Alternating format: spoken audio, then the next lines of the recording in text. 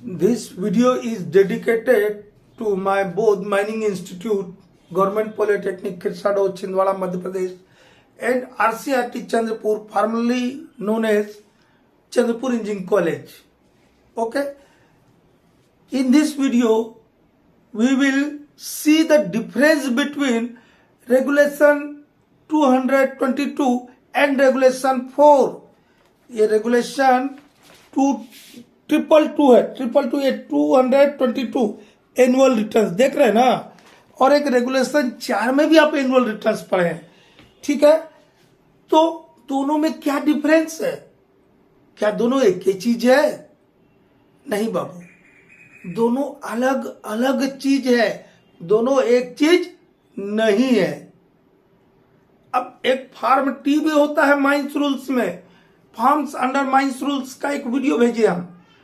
उस farm T में mines rules के तहत एनुअल रिटर्न भेजते हैं, वो तो ठीक है, समझ आ गया. लेकिन या तो कोल माइंस रेगुलेशन में 2 एनुअल रिटर्न आ गया, तो दिक्कत तो होगा.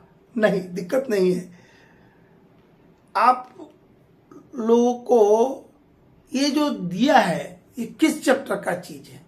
दिया है extraction of methane from working coal mine और अबेंडेंड कोल माइन.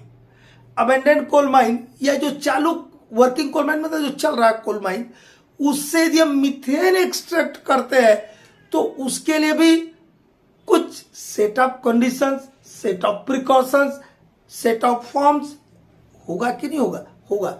आप लोग को एक वीडियो भेजे थे, एग्जामिनेशन और इंस्पेक्शन और notice once in every 30 days वाला. एक ही पार्ट भेज पाए, दूसरा तीसरा भी बाकी है.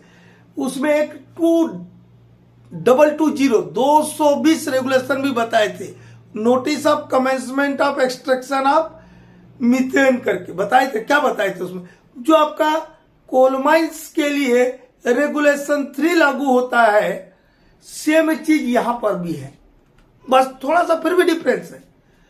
वहां पर भी क्या बोला था? आपका जो रेगुलेशन 3 है, अच्छा इसको बाद में चर्चा करें. अभी हम रेगुलेशन 4 और रेगुलेशन 222 के बीच डिफरेंस देख लेते हैं. क्या बोले थे हम? ये 222 क्या बोलता है? 222 बोलता है ऑन और before the first day of February of every year, owner, agent or manager shall submit annual return to the Chief Inspector of Mines and Regional Inspector of Mines in respect of preceding years in the forms and method as may be prescribed or specified by the Chief Inspector of Mines. ये बोलता है regulation 222. क्या बोलता है? हिंदी में बोल देते जो बच्चे हिंदी वाले हैं. एक लिखा था कि हिंदी वाले पे भी ध्यान दीजिए. जो हम मीथेन का एक्सट्रैक्शन करना चाहते हैं, उस केस वाला है ये रेगुलेशन 222 एनुअल रिटर्न की. यदि आप मीथेन का एक्सट्रैक्शन कर रहे हैं तो भी आपको क्या देना है? एनुअल रिटर्न सबमिट करना है. किसको किसको करना है? चीफ इंस्पेक्टर ऑफ माइंस और रीजनल इंस्पेक्टर ऑफ माइंस को करना है. हर साल 1 फरवरी या उसके पहले करना है. और ये एनुअल रिटर्न कब का रहेगा? प्रीसीडिंग ईयर का, मतलब लास्ट ईयर का, पिछले साल का रहेगा. 1 जनवरी टू 31 दिसंबर को कैलेंडर ईयर बोलते हैं, उस कैलेंडर ईयर का रहेगा. ठीक है, ये बोलता है. किसके लिए रेगुलेशन 222? कोल माइन के लिए क्या? ना, कोल माइन के लिए नहीं है. Extraction of methane from working coal mine और अबेंडेंड कोल माइन. यदि अबेंडेंड कोल माइन या वर्किंग कोल माइन से हम जब मीथेन एक्सट्रैक्ट कर रहे हैं तब भी हमको एनुअल रिटर्न सबमिट करना, उसके लिए. और रेगुलेशन 4 केकरा लिए है? रेगुलेशन 4 है for coal mine.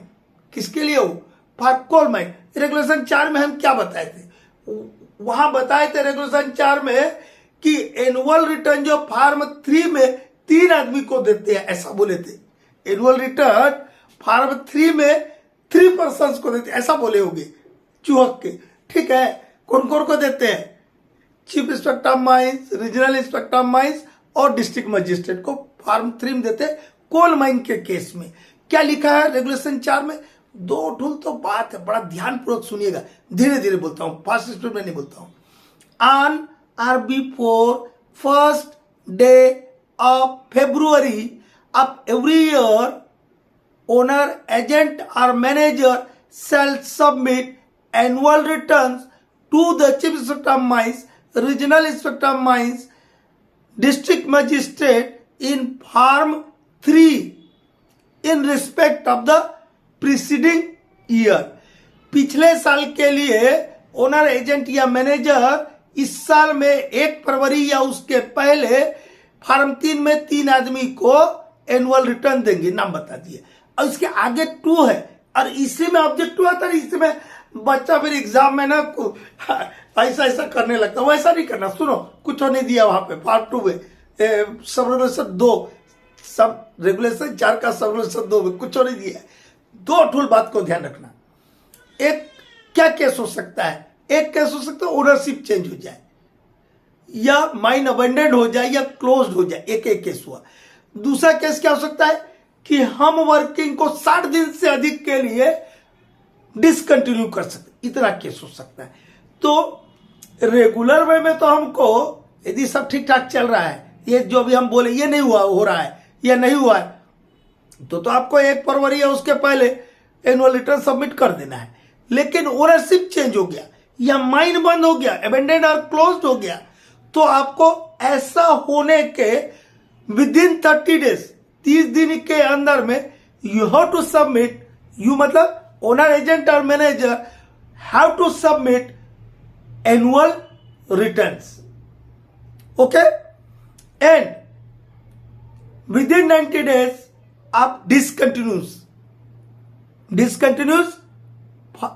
Over a period exceeding 60 days, 60 दिन से अधिक के लिए आपने कोई काम को बंद कर दिया है या बंद करने का आप इरादा करते हैं, अंग्रेजी में लिखा रहता है when it is intended, ऐसा करके वो ऐसा इरादा किया जाता है।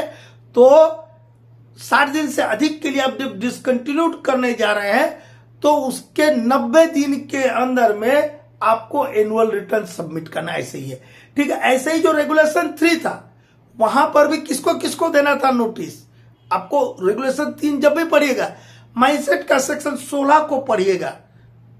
क्या बोला उसमें? कुछ नहीं यार, फॉर्म फर्स्ट में 30 दिन पहले चीफ इंस्पेक्टर माइंस को, कंट्रोलर आईबीएम को, डीएम को, डीएम मतलब डिस्ट्रिक्ट मजिस्ट्रेट को नोटिस देना है, और वो नोटिस का कॉपी, नोटिस नहीं, नोटिस का कॉपी रीजनल इंस्पेक्टर माइंस को देना है, ठीक है। ऐसे ही 220 है यहां पर मीथेन एक्सट्रैक्शन ऑफ मीथेन के लिए, वहां पे बोला कि 30 दिन पहले नोटिस देना है, ठीक है, 30 दिन पहले नोटिस देना। लेकिन यहां पर भी नोटिस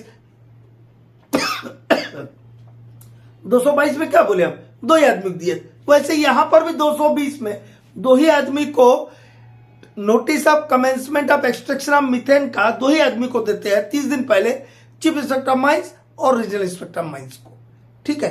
तो एक्सट्रैक्शन मीथेन के लिए भी वो जो आप रेगुलेशन 3 से लेके 9 तक हम कोल माइन के लिए बताए हैं, सीएमआर के प्लेलिस्ट में आखिरी में होगा, ठीक है।